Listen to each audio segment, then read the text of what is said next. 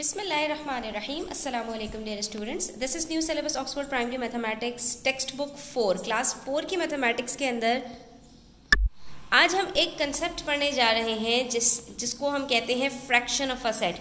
अब ये इतना इम्पॉर्टेंट कॉन्सेप्ट है कि ये आपके आगे जो ग्रेड्स हैं, ग्रेड 5, ग्रेड 6, उसके अंदर भी बहुत काम आएगा। और ये बेसिक है एक दूसरे कॉन्सेप्ट की जिसको हम कहते हैं इक्विवेलेंट फ्रैक्शंस।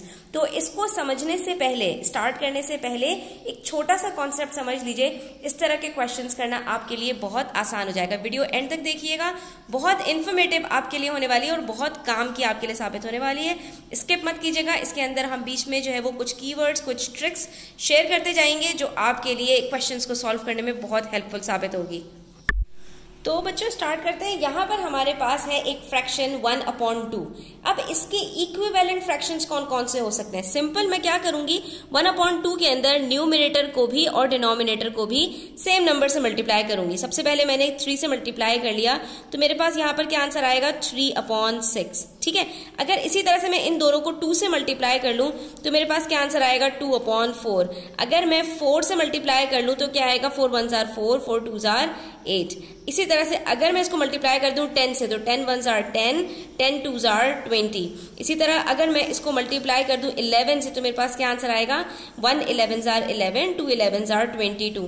ये सारे के सारे फ्रैक्शंस मैंने क्या किया स्टूडेंट्स कि न्यूमरेटर और डिनोमिनेटर को किसी एक नंबर से मल्टीप्लाई किया तो ये जितने भी मेरे पास फ्रैक्शंस आए हैं ये सब इक्विवेलेंट फ्रैक्शंस कहलाते हैं। और इसकी वजह क्या है? इसकी वजह ये है कि अगर मैं एक बार ऑफ चॉकलेट लूं स्टूडेंट्स और उसमें मैं इनमें से कितने भी पीसेस करूं, जो पोर्शन मेरे पास आएगा वो हमेशा सेम होगा।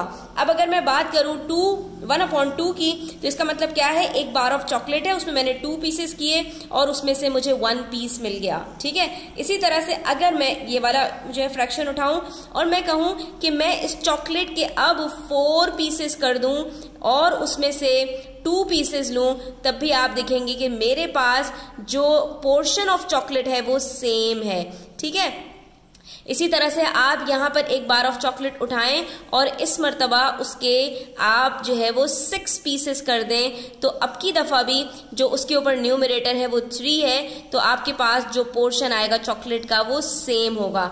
इसलिए ऐसे फ्रैक्शंस को हम इक्विवेलेंट फ्रैक्शंस कहते हैं। ये तो हमने मॉडल से समझ लिया, लेकिन दूसरी तरफ जब हम इनको सिंप्लीफाई करेंगे तो इन सबको सिंप्लीफाई करने से यही आंसर आएगा। कैसे?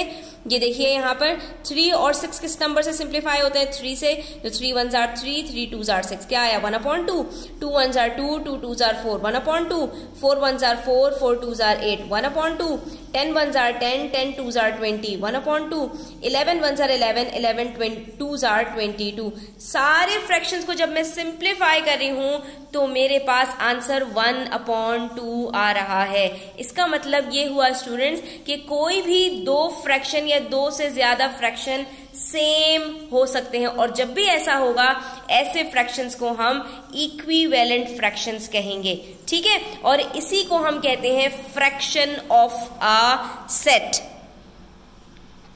अब इसी में हमें एक बात और पता चल रही है स्टूडेंट्स कि इस फ्रैक्शन से मुझे ये तो पता चल गया कि मेरे पास 2 में से 1 पीस है तो बाकी जो 1 पीस बच रहा है वो किसी और के पास है। ठीक है, तो एक फ्रैक्शन में कितना हिस्सा मेरे पास है ये भी पता चलता है और उसी फ्रैक्शन के अंदर बाकी पीस किसके पास है वो भी हमें पता चल रहा होता है। कैसे?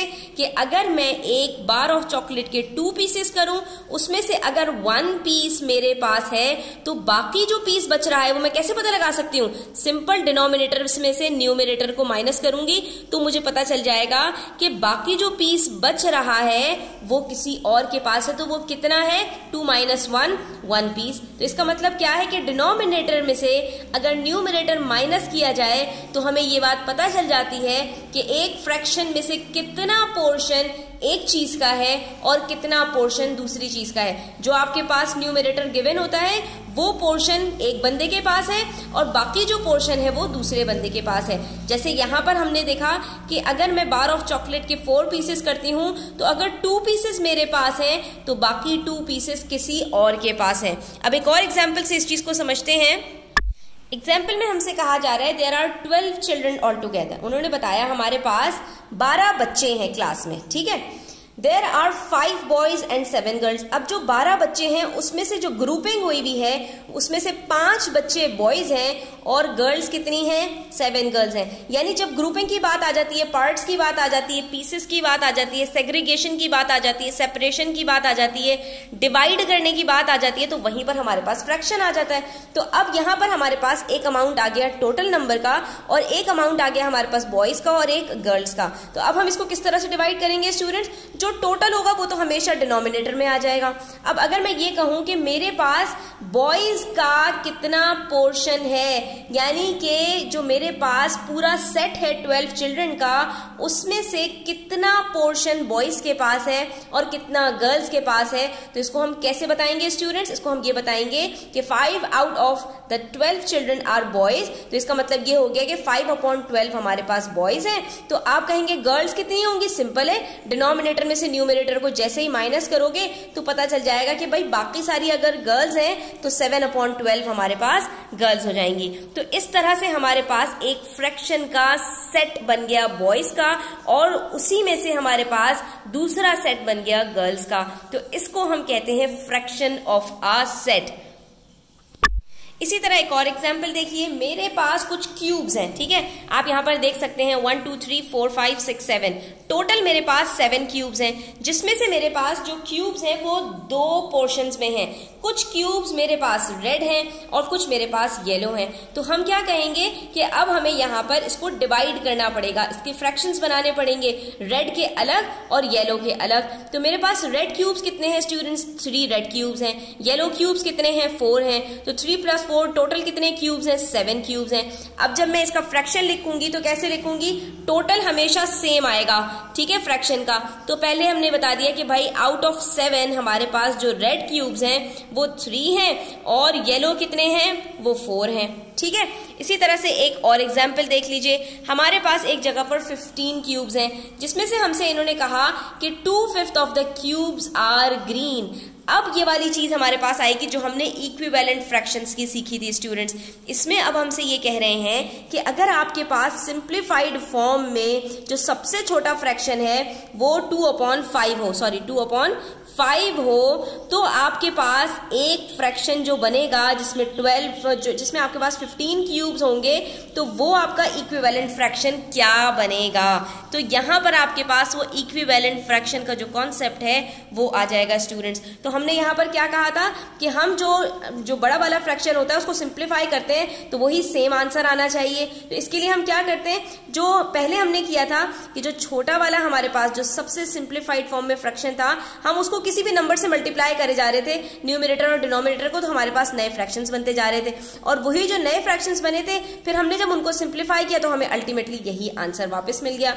तो इन दोनों का आपस में क्या कनेक्शन है? इसको किसी सेम नंबर से मल्टीप्लाई करेंगे तो ये वाला आंसर आ जाएगा, और अगर ये वाला फ्रैक्शन दिया हुआ तो इसको किसी सेम नंबर से डिवाइड करेंगे तो ये आंसर आ जाएगा, ठीक है। तो इसके दरमियान में हमारे पास जब ये वाला रिलेशनशिप हमें समझ में आ गया तो इसको पता लगाना क्या मुश्किल है। यहाँ पर मैं 5 को सिंपली क्या करूंगी? सेम नंबर से मल्टीप्लाई करूंगी। 5 को किससे मल्टीप्लाई करूंगी? आंसर 15 आ जाए। 5 को 3 से मल्टीप्लाई करूंगी। जब 5 को 3 से मल्टीप्लाई कर रही हूं तो ऊपर भी 3 से मल्टीप्लाई करना है। जैसे ही हम यहाँ पर इसको मल्टीप्लाई करेंगे हमें पता चल जाएगा कि हमारे पास जो ऊपर वाला न्यूमरेटर है वो क्या है? 6 है। अब यहां पर इन्होंने हमसे क्या कहा? There are 15 cubes. हमारे पास टोटल 15 क्यूब्स हैं, जिसमें से ग्रीन क्यूब्स कितने हैं हमारे पास? हमारे पास 2/5 क्यूब्स ग्रीन है। तो हम ये कहेंगे यहाँ पर कि भाई हमारे पास टोटल क्यूब्स तो 15 थे, आपके पास ये डिनोमिनेटर में 5 कैसे आ गया? तो भाई इसीलिए आ गया क्योंकि हमने यहाँ पर ग्रुपिंग कर दी और ग्रुपिंग के अंदर हमने वो वाला कॉन्सेप्ट लगाया कि यहाँ पर तो हमें इन्होंने टोटल बता दिया लेकिन यहाँ पर इन्होंने हमें सिंप्लीफाइड फॉर्म बता दी। तो अब हम कैसे पता लगाएंगे कि हमारे पास कितने ग्रीन हैं? तो इसके अंदर हमें पता लगाने का बस यही तरीका है कि हम इक्विवेलेंट फ्रैक्शंस को अपने दिमाग में लेकर आएं और यहाँ पर उसको अप्लाई कर दें। अब आप जरा गौर से देखिए कि इसका मतलब क्या है कि अगर मैं एक ग्रुप बनाती हूं 5 क्यूब्स का, तो उसमें से मेरे पास हर 5 के ग्रुप में से 2 क्यूब्स ग्रीन होंगे। तो अब आप ये देख लीजिए, एक ग्रुप बना 5 का, 15 में कितने ग्रुप्स बन सकते हैं 5 के? 3 ग्रुप्स बन सकते हैं। 1 5 का ग्रुप, 2 5 का ग्रुप और थर्ड 5 का ग्रुप। कितने ग्रुप्स हो गए? 3 ग्रुप्स हो गए, टोटल 15 क्यूब्स हो गए। और हर ग्रुप में से मेरे पास 2 क्यूब्स ग्रीन है। पहले ग्रुप में भी 2, दूसरे ग्रुप में भी 2 और तीसरे ग्रुप में भी 2। तो इस तरह से टोटल मेरे पास कितने क्यूब्स ग्रीन हो गए? 6 क्यूब्स ग्रीन हो गए। और इसी को हम कहते हैं फ्रैक्शन ऑफ सेट। इसको सॉल्व करने का बहुत आसान तरीका है, उसको हम सीख लेते हैं। देखो बच्चों, कॉन्सेप्ट वही पुराना है कि अगर आपने बात वहीं से स्टार्ट करनी है जो फ्रैक्शन आपको गिवन है, ठीक है, कि एक ग्रुप है आपके पास जिसके अंदर टोटल आपके पास क्यूब्स कितने हैं? 5। और उसी ग्रुप के अंदर आपके पास 2 जो क्यूब्स हैं वो ग्रीन हैं, ठीक है। तो अगर हमारे पास इस तरह की सिचुएशन हो और उसके बाद हमसे कहा जाए कि भाई जो हमारा ग्रुप है वो बड़ा हो गया, ठीक है, अब ग्रुप में हमारे पास 15 क्यूब्स हैं, तो उसमें से कितने ग्रीन होंगे? तो वही चीज है, अब हमें ये पता लगाना पड़ेगा कि भाई हमारे पास नंबर ऑफ ग्रुप्स कितने हो गए, ठीक है। पहले एक ग्रुप के अंदर 5 क्यूब्स थे, अब हमारे पास कितने ग्रुप्स होंगे कि हर ग्रुप के अंदर 5 ही हों, लेकिन अब हमारे पास टोटल जो क्यूब्स बनेंगे वो 15 बनेंगे। तो आप कहेंगे भाई अगर एक ग्रुप के अंदर 5 हैं तो हमारे पास 15 क्यूब्स 3 ग्रुप के अंदर होंगे, क्योंकि 5 3 are 15 होते हैं। तो हमने कहा अगर हमारे पास 3 ग्रुप्स हैं और हमें पहले से पता है कि एक ग्रुप के अंदर 2 ग्रीन क्यूब्स होते हैं, तो 3 जो है वो ग्रुप्स के अंदर हमारे पास कितने क्यूब्स हो जाएंगे? सिंपल सी बात है, हम 2 को 3 से मल्टीप्लाई करेंगे और हमारे पास आंसर आ जाएगा 3 ग्रीन क्यूब्स, ठीक है। अब जरा हम इसको सॉल्व करके देखते हैं कि हम इसको किस तरह से सॉल्व करेंगे स्टूडेंट्स। तो सबसे पहली बात स्टूडेंट्स के यहाँ पर हमारे पास सोल्यूशन के अंदर 3 चीजें मौजूद हैं, ठीक है। हमें पता है कि हमारे पास टोटल क्यूब्स कितने हैं, तो हमने लिख दिया कि टोटल क्यूब्स हमारे पास 15 है। उसके बाद जो हमारे पास फ्रैक्शंस दिया होता है स्टूडेंट्स, इसको हम यूनिट्स के अंदर लेकर आ जाते हैं, यानी पार्ट्स के अंदर लेकर आ जाते हैं। तो हम कहेंगे कि हमारे पास टोटल यूनिट्स कितने हैं, ठीक है, क्यूब्स के यूनिट्स कितने हैं, टोटल यूनिट्स ऑफ क्यूब्स कितने हैं हमारे पास, ठीक है। तो हमने कहा कि हमारे पास टोटल यूनिट्स ऑफ क्यूब कितने हैं?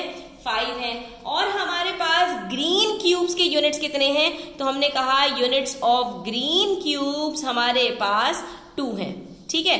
तो हमने यहाँ पर जब ये वाला डाटा लिख लिया स्टूडेंट्स, तो अब हमारे लिए सॉल्व करना आसान हो जाएगा। हम किस तरह से इसको सॉल्व करेंगे स्टूडेंट्स? याद रखो, इसको सॉल्व करने का बस एक ही मेथड है, आपने उसको उसी तरह से हमेशा सॉल्व करना है। यहाँ पर आपको टोटल क्यूब्स भी पता है और यूनिट्स ऑफ क्यूब्स भी पता है, क्योंकि टोटल की जो चीजें हैं वो दोनों आपको पता है। तो यहाँ पर आप यूनिट्स ऑफ क्यूब्स को टोटल क्यूब्स के अगेंस्ट में रखेंगे। क्या कहेंगे आप यहाँ पर? आप यहाँ पर कहेंगे कि हमारे पास जो 5 यूनिट्स हैं वो बराबर हैं 15 क्यूब्स के, ठीक है। क्योंकि हमने क्या कहा था कि जो हमारा टोटल होता है वो हमेशा फ्रैक्शन में नीचे आता है, ठीक है। तो यहाँ पर हमें इन्होंने क्या फ्रैक्शन दिया था? 2/5। इसका मतलब है कि ये जो 5 यूनिट्स हैं ये टोटल की तरफ इशारा कर रहे हैं। और उसके बाद इन्होंने हमें क्या बताया कि हमारे पास अब कितने टोटल हैं? 15 क्यूब्स। तो इसका मतलब है 5 यूनिट्स बराबर हैं 15 क्यूब्स के। वो इक्विवेलेंट फ्रैक्शन को आपने अपने दिमाग में लेकर आना है कि जैसे आपके पास ये फ्रैक्शन कुछ इस तरह से हो कि इसके ऊपर 2 है तो इसके ऊपर क्या होगा, ठीक है। ये इक्विवेलेंट फ्रैक्शन है, एग्जैक्टली सही है, लिखने की जरूरत नहीं, मैं आपको एग्जांपल के लिए बता रही हूं कि ये 2/5 है, तो ये यहाँ पर क्या होगा कि इसके नीचे 15 आ जाए।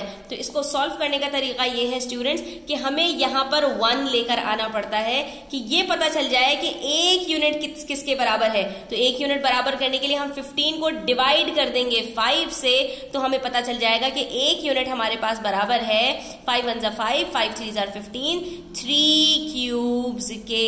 यानी कि 5 को हमने 3 से मल्टीप्लाई किया तो 15 आया।